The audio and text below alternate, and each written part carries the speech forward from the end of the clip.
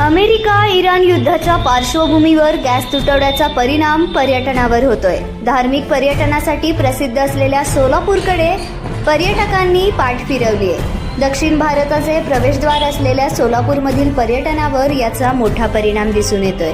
तीर्थक्षेत्र अक्कलकोट, तुळजापूर आणि पंढरपूरला जाणाऱ्या भाविकांची संख्या घटली आहे। हॉटेल आणि लॉजिंग व्यवसायांवर आर्थिक संकटाचे ढग निर्माण झाले। पर्यटक घटल्याने हॉटेल व्यावसायिकांमध्ये चिंता वाढली आहे। पर्यटनासंबंधित छोट्या व्यवसायांनाही मोठा फटका बसू शकतो। व्यावसायिक सिलेंडर तुटवड्यामुळे हॉटेल व्यावसायिकांना किचन बंद ठेवण्याची वेळ आली आहे। युद्धजन्य परिस्थितीमुळे आणि युद्धामुळे असं जाणवतंय की पर्यटकांवर मोठा परिणाम झालेला आहे।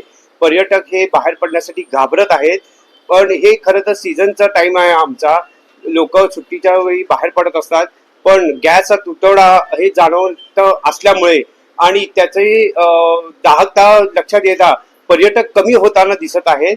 पर्यटक हे घाबरत आहेत की आम्ही बाहेर पडलो तर आम्हाला खायला प्यायला मिळेल का, आणि याच्यामुळे पर्यटनात घट होताना दिसते।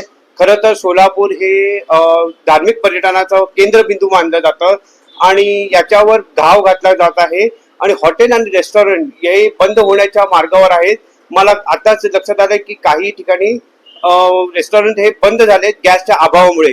खरं तर कामगार वर्ग, मालक, चालक हे खूप मोठ्या प्रमाणावर अफेक्ट होत आहेत आणि यांच्या रोजगारीचा प्रश्न निर्माण होत आहे। त्यामुळे मी सरकारला विनंती करतो की थोड्या प्रमाणात का होईना गॅस हा उपलब्ध करून द्यावा।